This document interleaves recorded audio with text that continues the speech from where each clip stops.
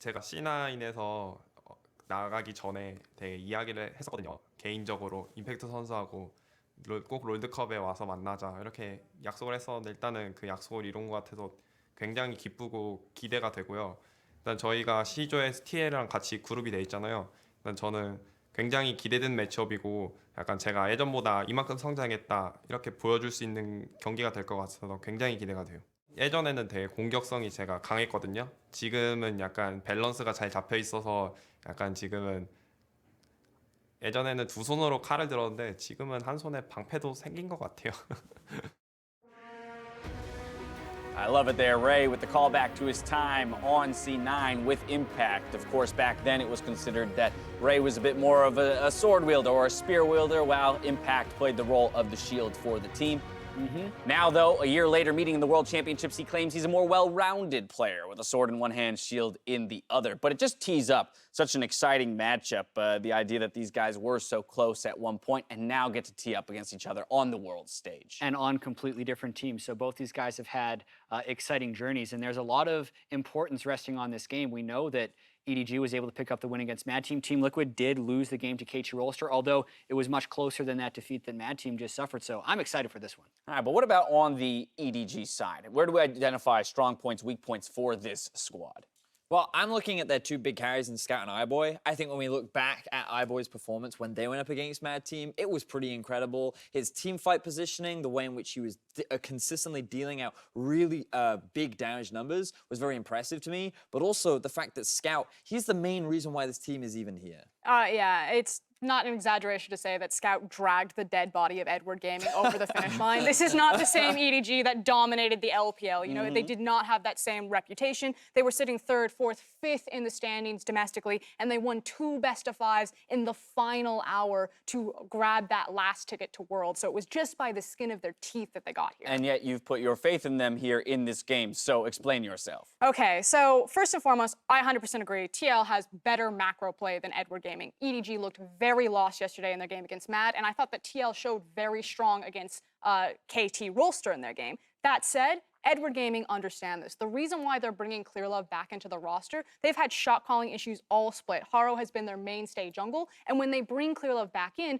they're trying to shore up a lot of these macro issues. So already the fact that Edward Gaming, like, things are on fire. We need to put it out. Get this guy, get the veteran back into the roster. I'm like, okay, they understand what they need to do. Then it's also Scout versus Pobelter. I just talked Scout up. Vedia showed you the stats. Pobelter got absolutely blasted. Yes, he's against KT Rolster, but it was mistakes that you shouldn't be making. The fact that he was getting killed by Syndra when Syndra's level 11, he has his flash up. There's these tiny windows where Scout can really exploit, and that's the one win condition Edward Gaming have. So I have to go pound for pound talent.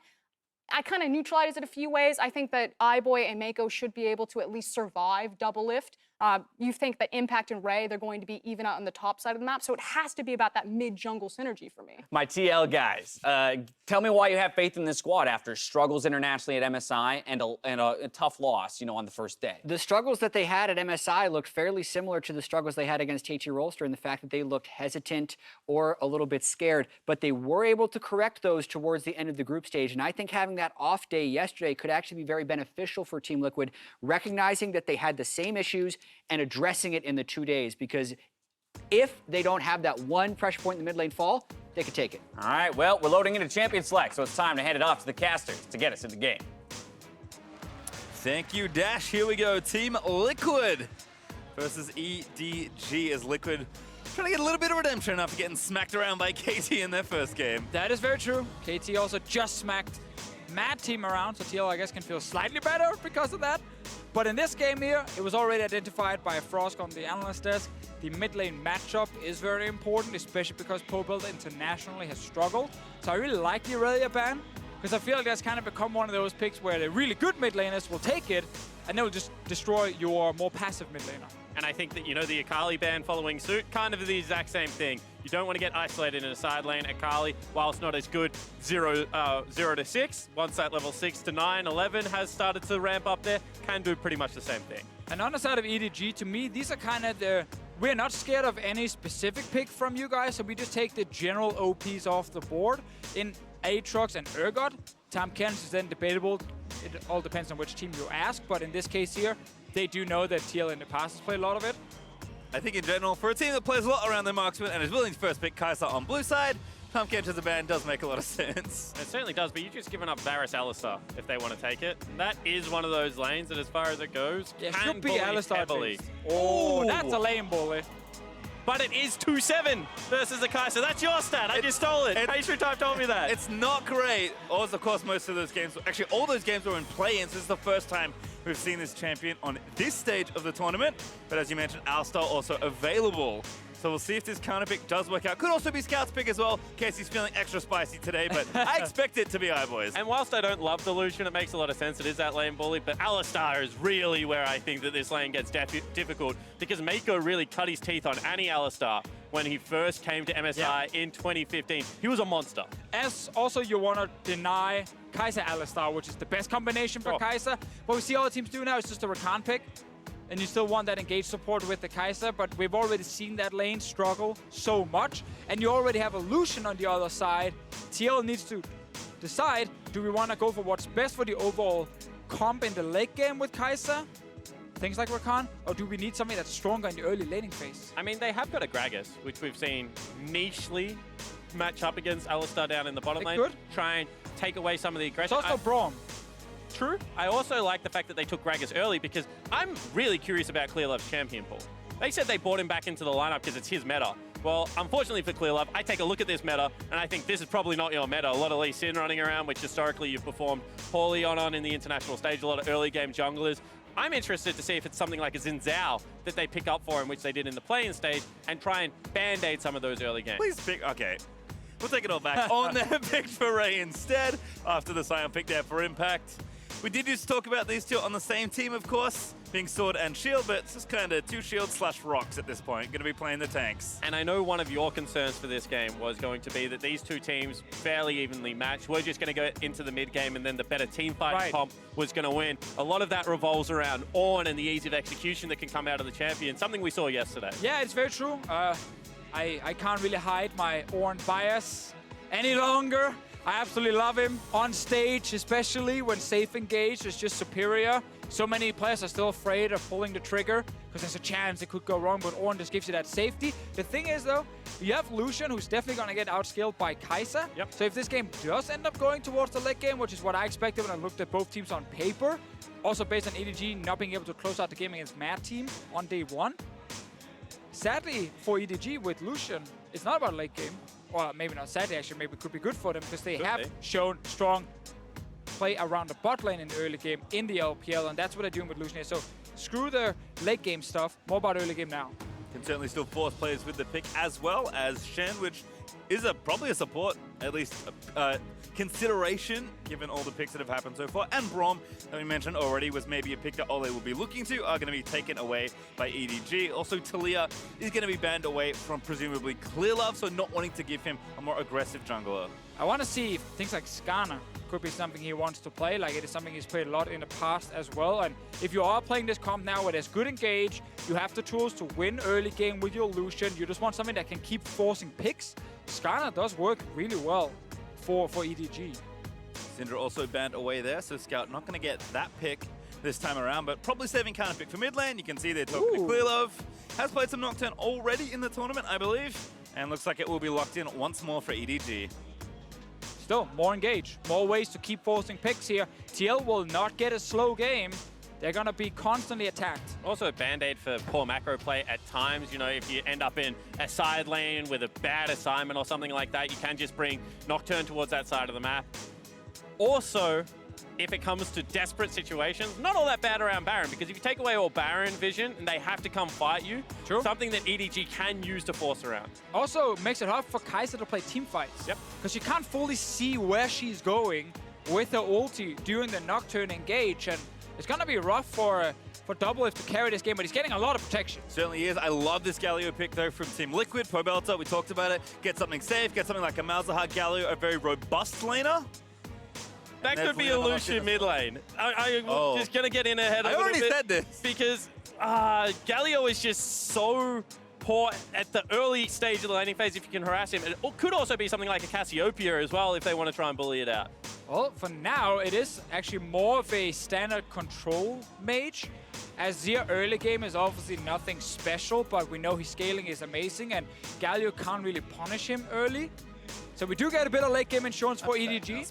And this is interesting. I'm sad as well. But the thing that I was going to say is what they've done is they've picked up a lot of the late game power that they normally give to Kai'Sa on something like iBoy on Kai'Sa. And then they've given him a Lucian and said, try and keep Doublelift down. Your job is to stop Doublelift exploding into this game, harass him off some farm. And then they said, Scout, because they do have Kai'Sa, we still need some late game team fighting insurance. We need a way to get through some of this front line. So they've given him probably the best team fighting 6-item mid laner that is available.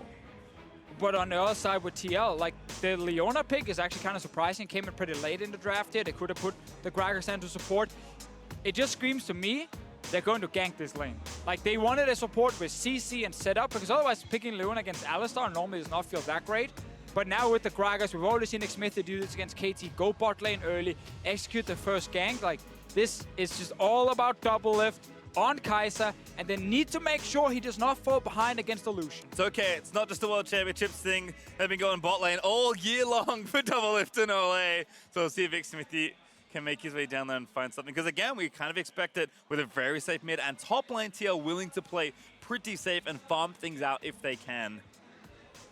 The plan for TL has not changed much all year long. They've really refined their style and become very consistent domestically, which is why they're our back-to-back champions. Hasn't held up as well on the international stage so far, but EDG with Clearlove back in the lineup, we'll see how they look, because they have looked a little scattered so far in the tournament. And this isn't something new for EDG fans. EDG come into Worlds, they do try new things every now and again. People will remember the Jace pickup with Teleport. Just crazy things running around Summoner's Rift. Historically, it has at time lost some games that fans felt like they should win. You just hope that some of this early game focused bottom lane isn't more of the same. Not an EDG World without a random loss. Already happened in play-ins. We'll see if Team Liquid can hand them a loss here as well. I mean, this game could end up deciding so much for this group, because everyone is looking at KT and saying, okay, that should be the first seed. People then look at Mad Team and expect them to be the 4th seed, meaning it's TL versus EDG fighting for that 2nd spot right now. And if you lose this game here, as TL, you're down 0-2 all of a sudden. That's a super rough start for you to the group stages. EDG, on the other hand, they still have KT left here in the first round. And that's what I was going to say. On the flip side of that, EDG need to come out with a statement game if they even want to be considered in the conversation. Level 1 though from TL. Oh, early cleanse from Scout. Doesn't cost him though, but does have to use the summoner spell. Kept it cool right there. I think a lot of people would have flashed instantly over the wall. Knew he had some backup. Oh, Clearlove also taking some damage. Yeah, Impact does get some down. They get a ward near the Raptor pit as well, but EDG already have their Scuttle ward there on the left side to scout for that. And Scout himself hanging out. He's just going to meet the wave now as Pobelter going the long way around. Doesn't want to grab any harassment as he moves to lane. It is very interesting, however, that Clearlove keeps finding his way back on this EDG lineup. He's, of course, the legacy player. Massive superstar in China, but he hasn't played most of the split for EDG. You know, the plan was he was barely going to play all year.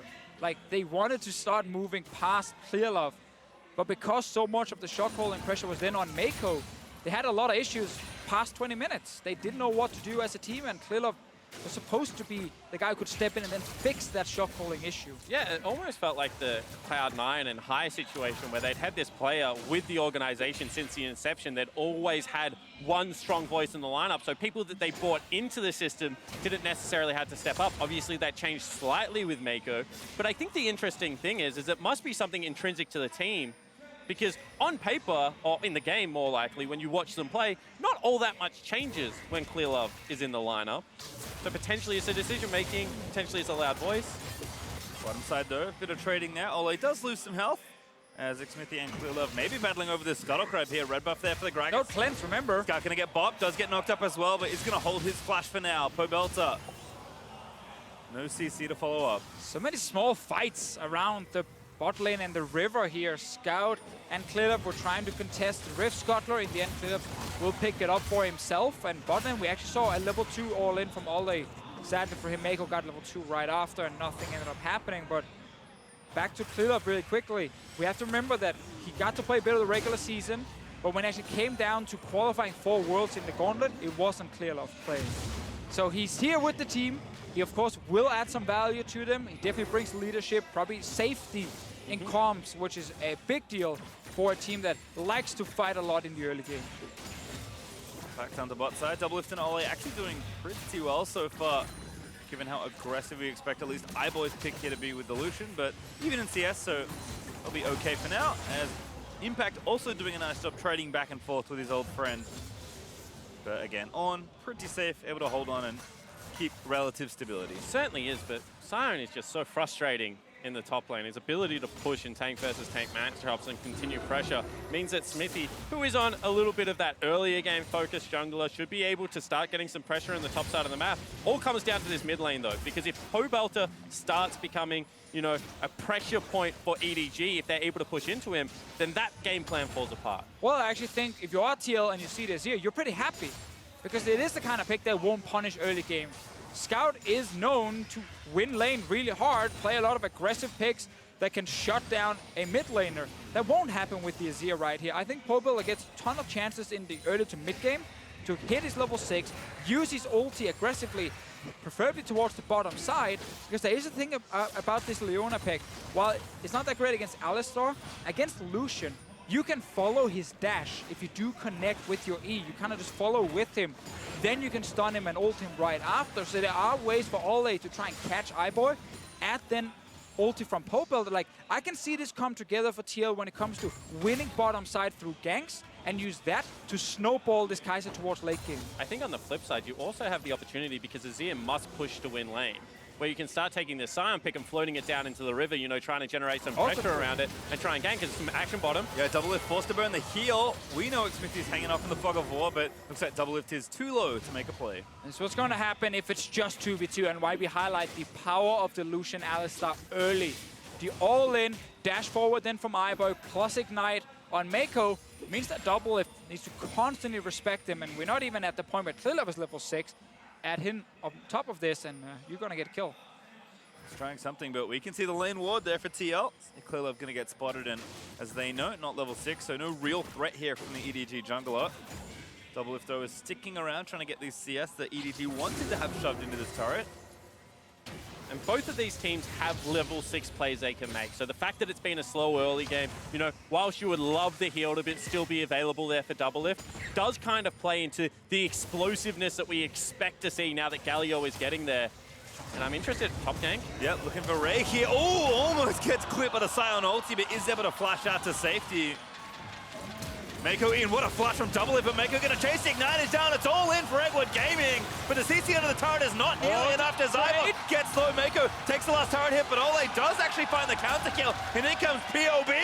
Looking to take down Meiko, has got no flash, got no hope. He's gonna get stunned up to death as Pobelter swoops in for a freebie. Man, EDG's bot lane, they got so aggressive, but the flash from Doublelift meant that he didn't get nuked down instantly, and they could actually force Meiko and iBoy to stay under that turret for a couple of extra hits before Doublelift died. In the end, it's a free kill for Pobelter and a 1-for-1 trade bot lane. It certainly is. 2-for-1, see how aggressive they want to play this. They see Xmithie top lane, immediately they go underneath, but the flash, without the flash follow from Meiko, is the biggest thing. Yeah, I think if you want to make this play work, Meiko needs to just Q flash so Doublelift cannot react in time. So he's guaranteed to get hit by the knockup.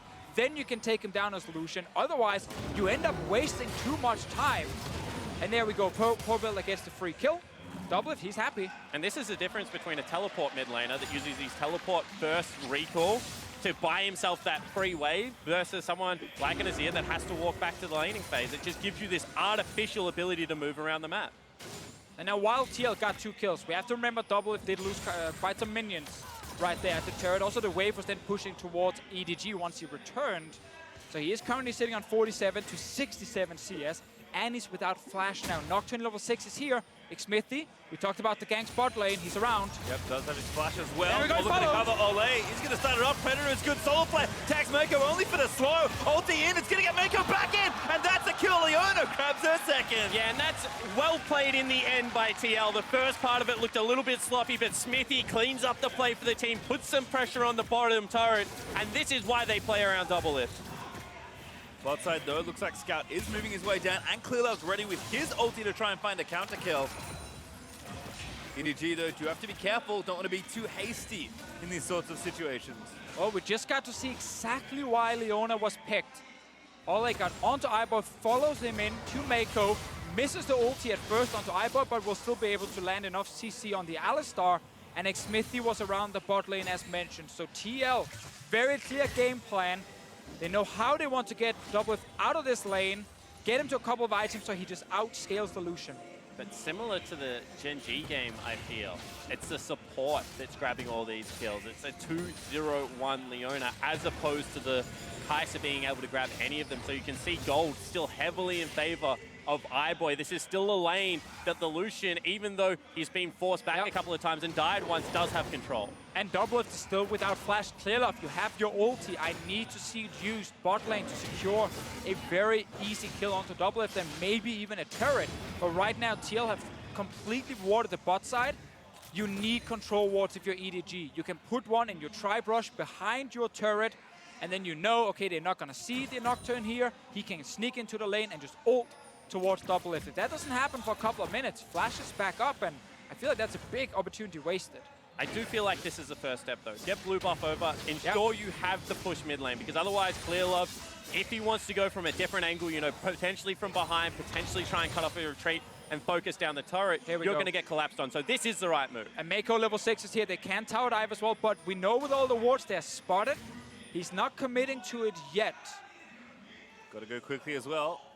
Pobelter can also provide coverage with his ultimate now available.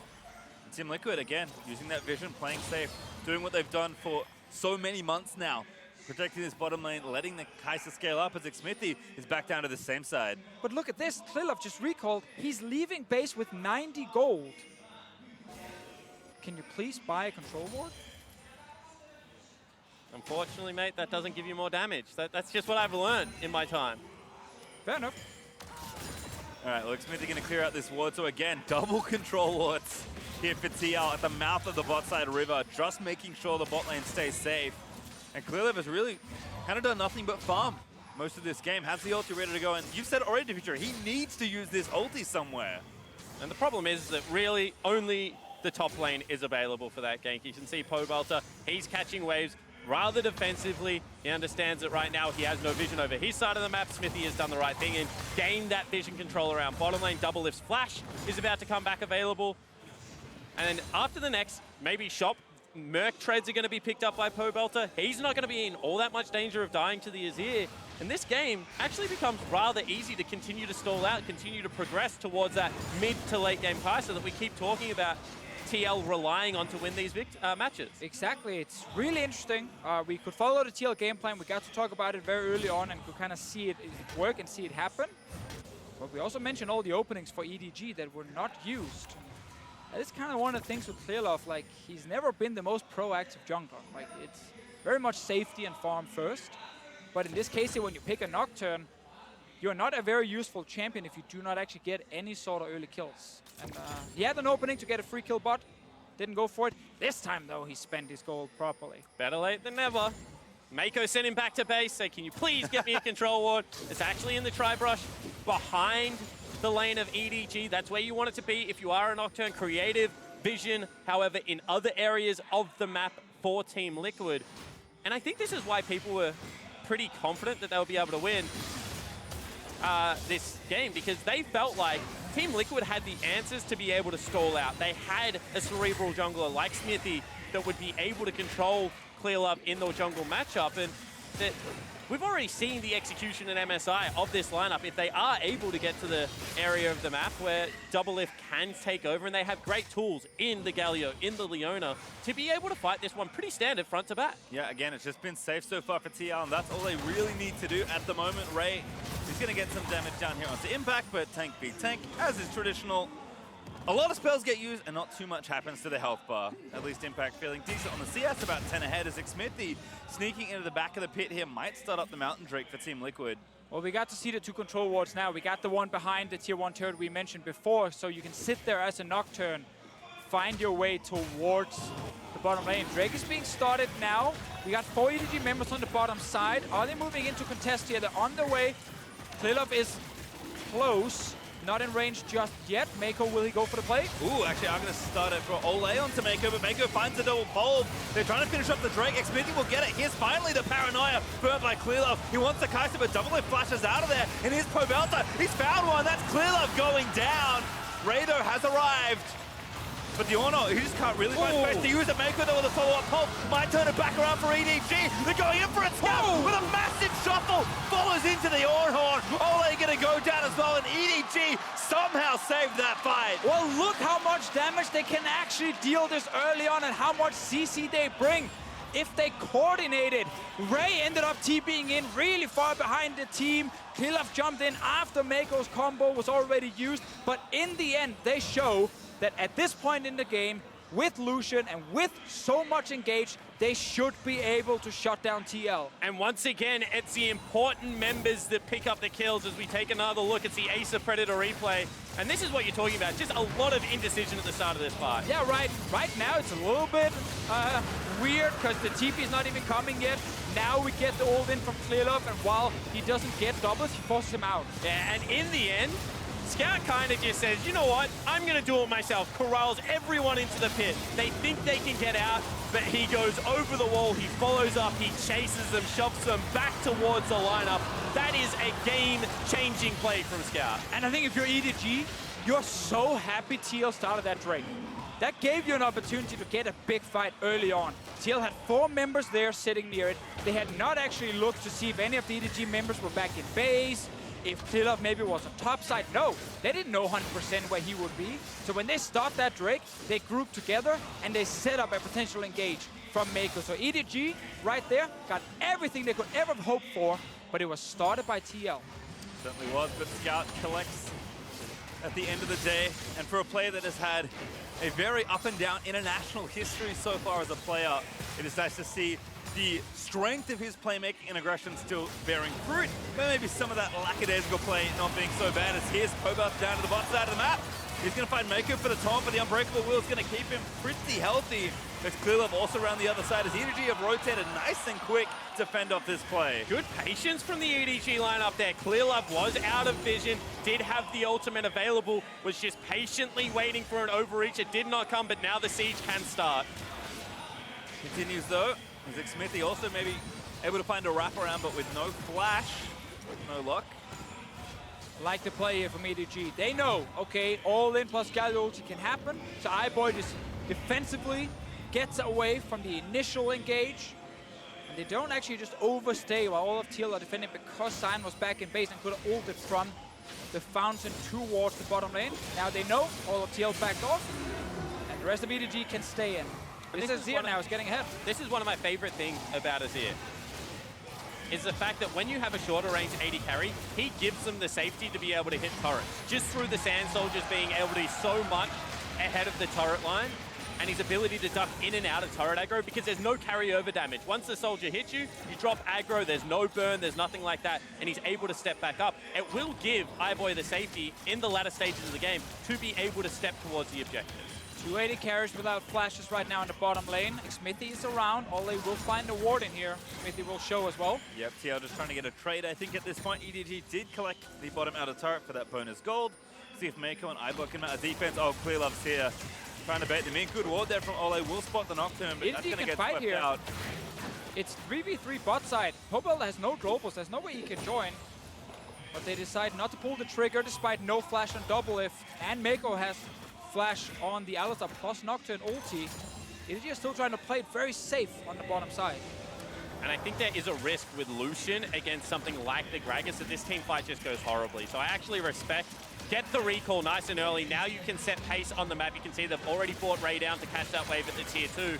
This is one of those situations that, yes, they could have fought, but maybe this is even some growth in EDG where they say, we don't have to. We got the first turret. We now have first move. Let's go top lane. Still looking good though, as they'll be up about 1,000 golds. Although Team FLICKR should be happy with how little they have lost, despite their blunder around the Drake. So they'll move their Kai'Sa up towards the top side of the map and continue to find themselves some items. But it's been a pretty slow-paced game, which we did expect for TL this time around, but perhaps not as much from EDG. Although I do like the idea of Spawn that they're kind of growing as a team as the tournament progresses. And it has been a relatively turbulent year for the squad as well. Yeah, it certainly has. I mean, we've heard Frost tell the story a couple of times so far, but this certainly isn't the storied organization of EDG that has won so many domestic titles, that had looked dominant throughout things like the Demacia Cup, that won MSI when they were able to. This is an EDG that honestly has played with their roster a little bit this year, that hasn't been happy in the top lane and potentially jungle positions as well. That now they seem to have settled on Haro. Now they're bringing Clearlove back into the lineup for leadership purposes is the reason that we've been told. But across the board, it just seems to be a little bit more uncertain than what we've seen in the past. Yeah, I feel like over the last year or two, it's kind of been like a generation shift on EDG, back from when they had the depth roster, obviously, that won MSI.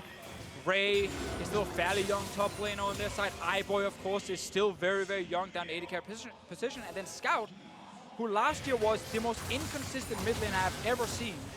Great at times, and then horrible in other games, other moments in games. He's much more consistent and mature now, and he's the big carry in this game. And to be fair, they needed Scout to be consistent, because one of the reasons Scout replaced Pawn on the roster is because if Scout is the most inconsistent, Pawn's up there as well somewhere. He's in a realm of his own, I feel like, as EDG are looking to siege up mid. Did do decent damage to the mid lane out of turret, but again, no need to overextend to a potential Sion ulti or something else. Team Liquid, they are starting up the Rift Herald.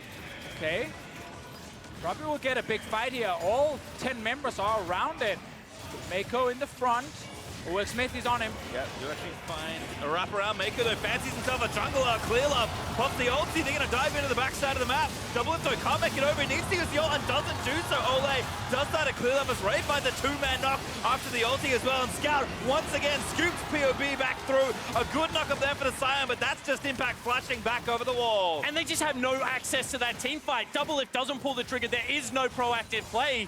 So EDG just take down the front line and now can push the mid lane wave. We have to remember, it's so hard to play Kai'Sa against Nocturne ulti. You don't know what's going on when you're split from the fight. And this is the second time now where it's TL with the scaling AD carry who's starting objectives. First the Drake that gave 4 kills to EDG. Now they start the Rift Herald and all EDG members are around. I think we're seeing at TL focusing too much on, oh, objective is up, let's go for it as a 5-man unit, and not actually setting up the map first. Split up the enemy team, watch them sit in side lanes, and then go for Rift Herald. You actually never need to set up a team fight around this objective. Because this is what you're talking about. Bottom wave right now is neutral. Mid wave pushed in for EDG, so they can get multiple members here. Nocturne ultimate is beautiful, and he just doesn't have a way in. No, Doublelift just, he's stuck near blue buff and can't join the fight, so it's 5 versus 4 the entire time. EDG are once again very happy to see TL start an objective. Certainly are. They collect almost the maximum once more, and now up about 3,000 gold with 2 turrets to 1. Still trying to crack the top outer if they can, and Team Liquid are mounting some sort of offense here in the red side jungle, but that's 2 bagels for the mid lane and AD carry on the Team Liquid side in that last fight. That kind of tells the whole story. And a utility Nocturne ultimate apparently Exactly, yeah, I was did that thinking last the same. fight. It's all about just the ulti right now for Clearlove. He ult, sits in the back, calls the shots, kill this guy, kill this guy. He doesn't even need to hit anyone on his own. Actisha Nocturne, I like it. Should just build full cooldown reduction. Yeah, for some reason he's building lethality. I'm not sure how that plays into the equation. But again, the kind of slow burn continues. EDG finding good opportunities. Scout on 2 items, continuing to overperform in these team fights as well.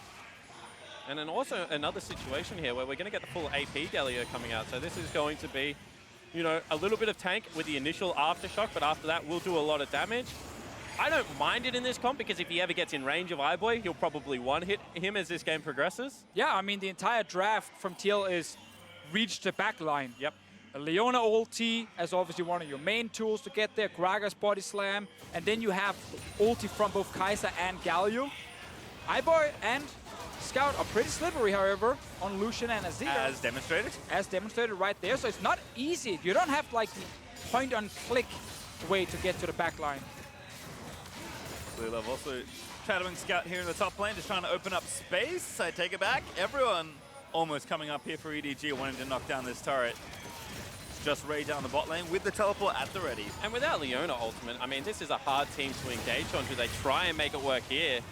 TP behind.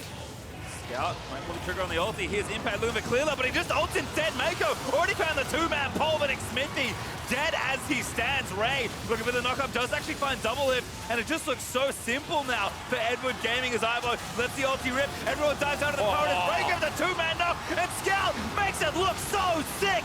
That's the ace for EDG. Scout is just dirty right now on this Azir. Multiple man ultimate, and that will be a 20-minute Baron. The entire team just outplays TL in every single team fight. They're gonna get the Baron now. The carries are getting all the kills on their side. Why not take a tier 2 turret as well? Gonna get it all by the looks of things. Oh, there's iBoy, as you mentioned. Just making sure to clear up the little objective that they already had started. And EDG historically are not a punished team. Like, you make the first move, we're gonna counter-attack, we're gonna repel it. Historically, they've been the team that will run at you, will try and create disadvantages, and for some reason, TL, I mean, just keep trying to throw everything at them. Yeah, let's just be honest here. TL has picked 3 extremely bad fights, and EDG every single time punished them. Here we get the engage coming in, but he tries to hold on to a Nocturne who's obviously just gonna jump away with his own ulti. And that now means all of EDG can get free damage on the front line. iBoy and Scout on almost 100% HP. They get so much damage off, and then the combo Ray plus Scout together, like that's just insane. And when you talk about how much damage a champion does in League of Legends, you have to take uptime into consideration.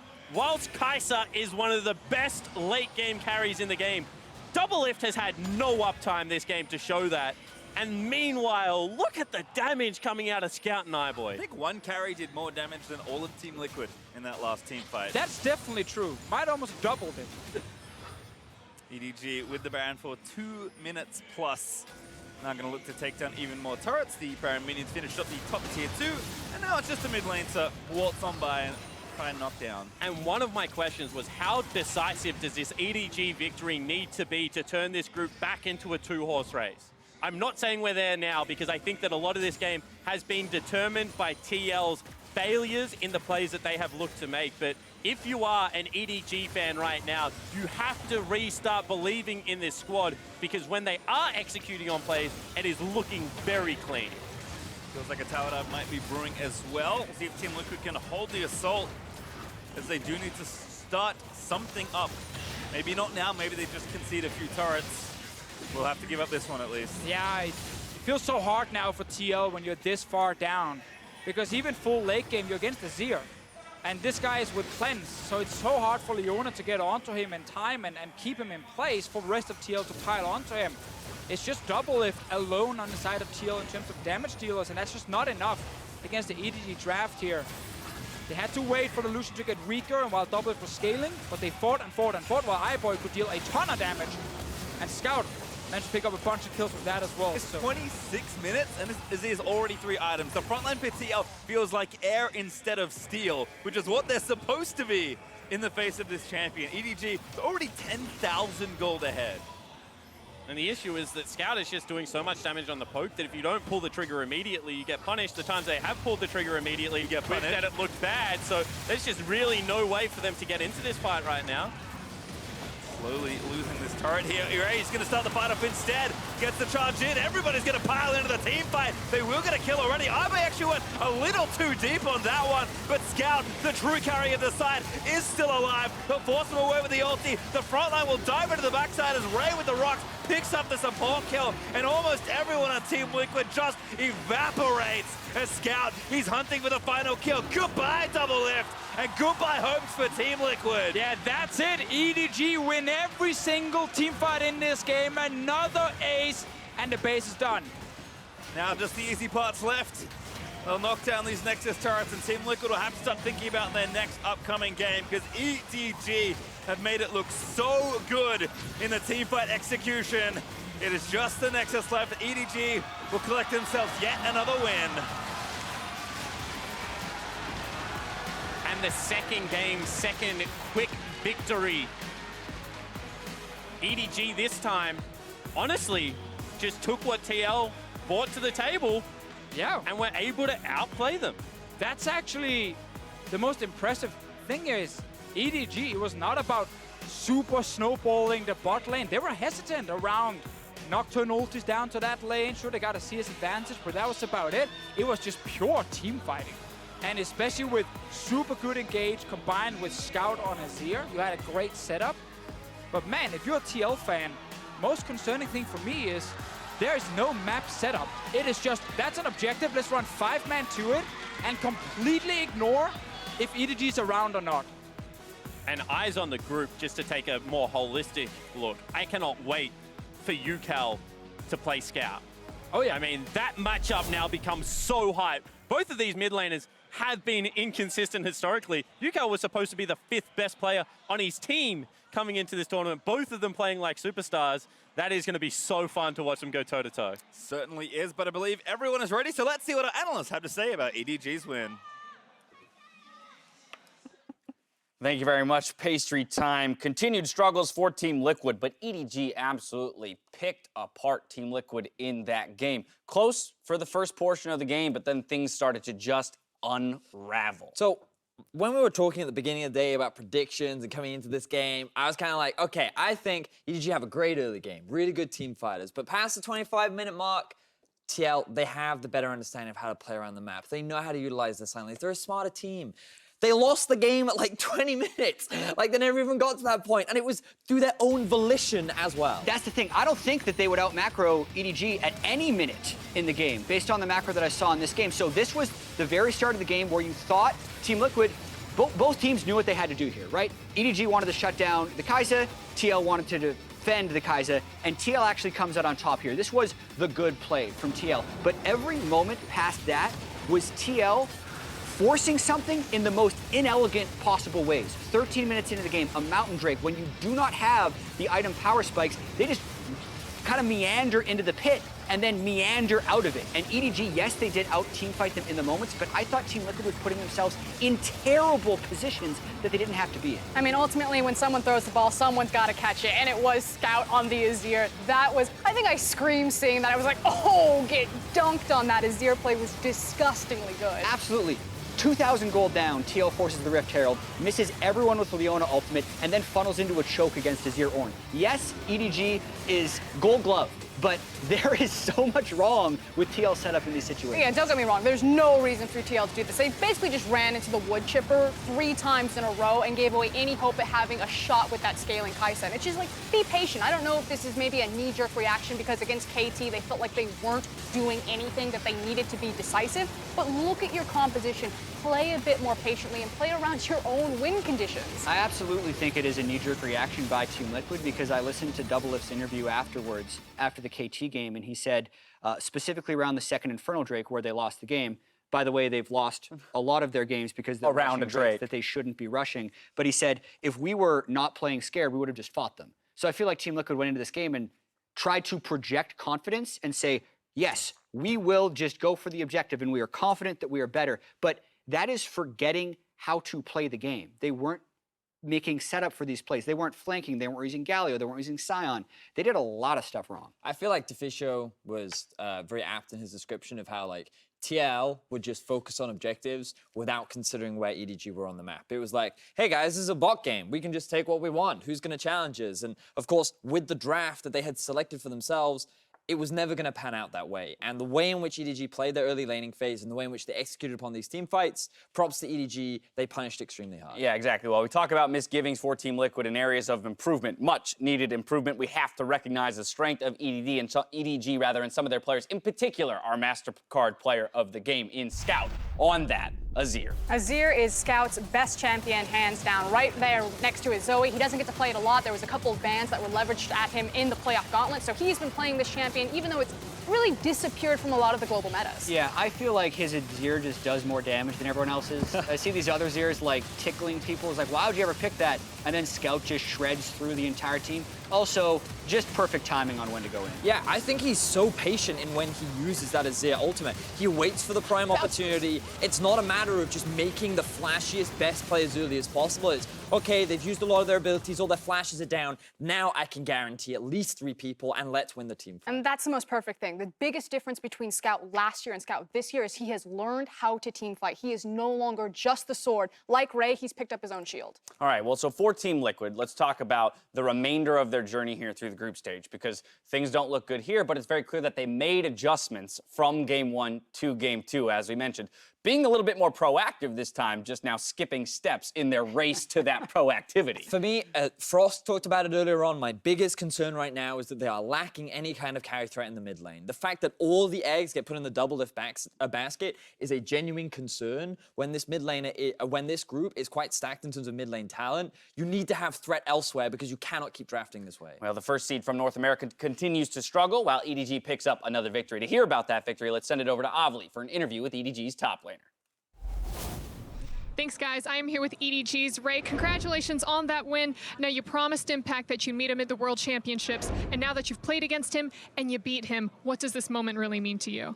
네, 승리 정말 축하드려요. 사실 임팩트 선수에게 롤드컵에서 만나자고 약속을 했는데 만나서 잡아냈습니다. 소감이 어떠신가요?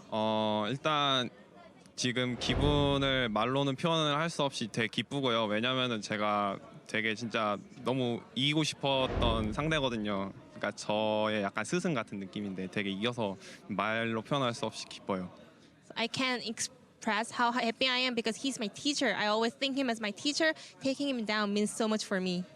And you've just taken down Team Liquid, the #1 seed in LA, and it's been a little bit since you played there, but since you have played there, has the region evolved at all? 그러면 이제 북미의 1번 시드인 팀을 잡아낸 건데 그러면 1년 동안 북미가 얼마나 발전한 것 같으신가요? 일단은 확실히 예전보다는 약간 그러니까 약간 좀 단단해진 느낌이 난 것 같아요. 운영적인 부분에서 약간 단단해진 거를 약간 느낄 수 있었던 경기인 것 같고요. 약간 아직은 그래도 이게 약간 좀 어려운 질문인 것 같아요. So I think they are more solid in terms of macro, but I think this question is really tricky to answer. Tricky as in NA still needs a lot of room to improve, or? 더 발전해야 될 것 같아서. 아니요. 예, 좀 그래 아직은 좀 많이 필요한 것 같아요. I think they got some more way to go. All right, well, thank you for that advice. And Ray, congratulations again on the win. And that's it for us here. But stick around because after the break, we're going to see Fnatic take on IG. We have to clap Ray. Hey, what team was Ray on again? Before, he was on Apex, right? Apex Ray. Yeah, Apex Ray. Meiko in, what a flash from Doublelift, but Meiko gonna chase the Ignite is down, it's all in for Edward Gaming, but the CC under the turret is not nearly enough to Zyber. Gets low, Meiko takes the last turret hit, but Olleh does actually find the counter kill. Might turn it back around for EDG, they're going in for a snap with a massive shuffle, follows into the Ornn. Let's the ulti rip, everyone dives out of the turret, it's breaking with a 2-man up, and Scout makes it look so sick. That's the ace for EDG. But Scout, the true carry of the side, is still alive. He'll force him away with the ulti. The front line will dive into the backside as Ray with the rocks picks up the support kill. EDG will collect themselves yet another win.